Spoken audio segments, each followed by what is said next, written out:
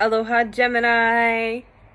I'm a Gemini too. Okay, so welcome to White Shadow Spiritual Advising. My name is BriaBogatin, and today we will be doing your monthly April tarot forecast. So you can check out your sun, moon, rising sign, or really any placement within your birth chart in regards to these videos. Down below, you can find information to my business pages, White Shadow Spiritual Advising on Facebook and Instagram. However, I only utilize my Instagram page now for all updated posts and daily tarot readings. The Facebook page is only there to message me through.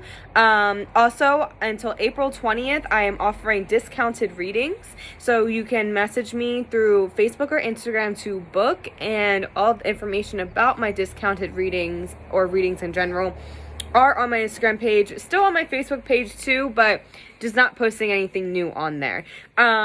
Also down below, if you feel compelled and would like to support my work, you can send me a tip or a donation on my Venmo, Cash App, PayPal, and those links are down below. Okay, so without further ado, Geminis, April is going to be a really powerful month for you guys. You guys are transforming. Geminis love to transform. We love change. We love adapting to new circumstances. And I feel that April is our gig for that, Geminis. Okay, so there's a lot of new things coming around, a lot of new things shifting, and we are rebirthing this month. So we are becoming anew. We are becoming new versions of ourselves so that we can be more successful, right? Because sometimes we ask for things, sometimes we ask for happiness, but it doesn't come to us immediately because we have to be a specific person in a specific place in order to receive those opportunities to bring about happiness in our lives, right? I know it's just an example. I think you guys get it, okay? So this is going to be a very busy month for Geminis. Lots of things going on, lots of adventures, career opportunities to change ourselves. Like, this is a busy, hyperactive month this month. And so let's get started. So we have the 10 of Rods as our first card. This right here is telling me, again, a busy month. I feel, the end of March probably got really busy for you guys. I know it got really busy for me personally. So I can, see how this card is coming out for us in the, as a first card, because it's saying, we're going from March into April very busy. So in April, don't take on too many things at once. Don't take on any new responsibilities. Keep where you're at and allow it to elevate in its natural cycle. Don't say yes to things that you're not sure if you can do, because you are going to be very busy. And this is a card that can tell us, stress-related health concerns from just doing the most, being too busy. So make sure you really are taking care of yourself this month. I feel that there's an energy of excitement around Geminis this month, and so you might want to really take on everything, take on every opportunity that comes your way, and that could be proved to not be to your benefit. So make sure you're really thinking things through. Now, again, now's not the time to necessarily take on anything new, but to elevate what it is that you are already doing, and you will find newness within that elevation of your current projects. Also, you guys are changing so much within yourself, so that is going to be a very big focus for you all. The 10 of Rods represents a cycle phasing out. This can be a card of great healing if you have had health concerns, if you've been struggling with energy levels, if you've been struggling emotionally, mentally, spiritually, that is phasing out this month, and you will find great pride in your work and who you are as a person. The 10 of Rods can also tell us to be a little bit more vulnerable. So we see this man and he is holding up all those rods. This can either be, again, taking on too much, biting off more than we can chew, or taking on too many burdens.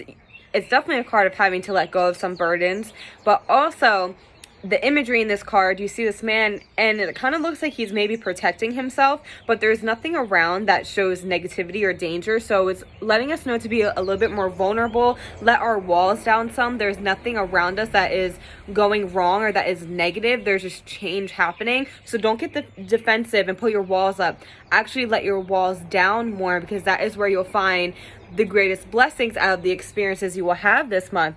So then we are receiving the Wheel of Fortune, another number 10 card. So a lot of things phasing out for us, a lot of things shifting. The Wheel of Fortune is a card of things transforming and shifting. It is, the universal wheel going in one direction and then pausing to start going into the opposite direction, more into our favor. So things are moving more into our favor so that we can be more successful. The Wheel of Fortune is abundance. It is a very auspicious card, stepping more into the spotlight. You see the figures around the wheel. That is, our spirit guides, our ancestors. They are reading books, so there's a lot of wisdom coming our way during this time. And things are just onward and upward for Geminis this month. A life promotion, I like to call this. And again, things phasing out, cycles ending and cycles beginning. And the Wheel of Fortune can absolutely represent recently overcoming and breaking a karmic lineage. So good on you guys for that. There's something that you have fully let go of that has traveled with you from lifetime to lifetime, and you guys have broken that this month. And I feel that really strongly, and you guys should be so excited because there's so much that is amping up for you, and it is because you have freed so much pent-up energy that has been within your soul's sphere, your soul's energetic sphere for quite some time. This is Gemini, Sun, Moon, and Rising, okay? You guys are releasing something of great nature, of intense nature, and because of that, you are rebirthing. So we are receiving the Death card. The Death card, I like to say, it's actually a card of rebirth. This is becoming anew. This is shedding a layer of ourselves. And with the Wheel of Fortune coming out before that, this is a very karmic layer of ourselves. So for example, maybe you are overcoming addiction. Maybe you have let go of anger problems. Maybe you are changing the way that you go about your creative side. Maybe you are experiencing new emotional things. Maybe you are getting a new job. Maybe you have finally made that move. Maybe you finally got rid of that boyfriend or girlfriend that you knew that you had to let go of. Stuff like that is happening this month. And whatever it is that you are releasing from yourself, one of those things that you're releasing, it is a symbol of a karmic lineage that you have now broken, and now you are becoming a new person. And this is so awesome. I'm excited because I'm a Gemini and I'm like, yes, but I'm just excited for all of you Geminis out there, Sun, Moon, Rising, Mercury, Venus, whatever. Rebirth, and things are coming your way that will help you to shed that layer of skin, and you're stepping into great independence with the 9 of Pentacles coming out, and even just a great form of who you are. You guys are becoming a better you this month, and I feel really awesome because, I just think that this is so great for you guys. And breaking a karmic lineage is one of the best feelings ever. And it's so hard to get there. But once you get there, honey, it is just the best thing ever, right? And so you have broken this lineage for the generations of past and the generations for the future. So there's so much congratulatory energy around you and so much upliftment around you. Now the Death card can be intimidating because it is great change, great transformation, but this is you becoming anew, like I was saying. So be vulnerable, okay? Don't allow the layer that is shedding from you to make you nervous or anxious or fear the future, because there's nothing to fear. It's just the essence of change coming into your life, and sometimes that can make us uncomfortable, but make sure you really trust yourself. So the 9 of Pentacles is a card of independence, especially financial independence, but I just think independence as a whole, especially with the way this reading is going. And so there's great balance here between the spiritual guidance and the physical actions, because we see in this card this woman holding this bird, and she has all those beautiful pentacles around her, which represent abundance, her physical life. The bird is her spirit guides, and birds are messengers. So she hears the messages from spirit and she applies them to her life, and that is why she's so successful. So the Death card going into the 9 of Pentacles is you becoming that independent person, independent from the things that you were once dependent on that dragged you down. That's really what I'm feeling from this.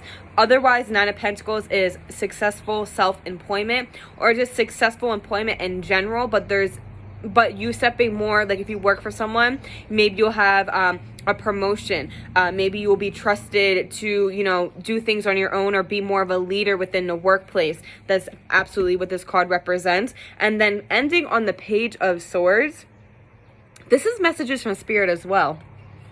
Lots of messages from Spirit coming through this month. You know, it's really important with the Page of Swords to pay attention to the message, not the messenger, because it might be a little blunt. But also, you guys are Gemini, so make sure you are delivering your own truth and messages tactfully as well. The Page of Swords is... see, this can be a very fun energy too. I honestly don't see it in the usual way that I see it with these cards. I just think that you guys have to be really open to the information coming in from Spirit. Honestly, I feel like there's beings, passed on loved ones, spirit guides, guardian angels, higher self, whatever you want to call it, on the other side, trying to deliver a lot of messages to you in regards to your soul mission, how you make your money, your career, and how you are expressing yourself. And you need to stay open to that because it's valuable, you know, and it can be life-changing. So I'm going to leave that at that, Gemini.